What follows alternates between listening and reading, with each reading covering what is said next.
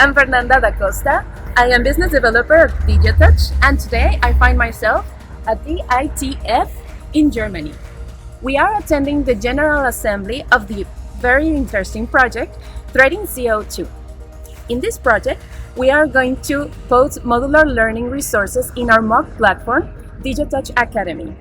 Also, we are going to create immersive videos of the pilot plant that is going to be prepared and done by the following year. Follow us in all our platforms to know more about this and other projects we're currently working on. Until the next time.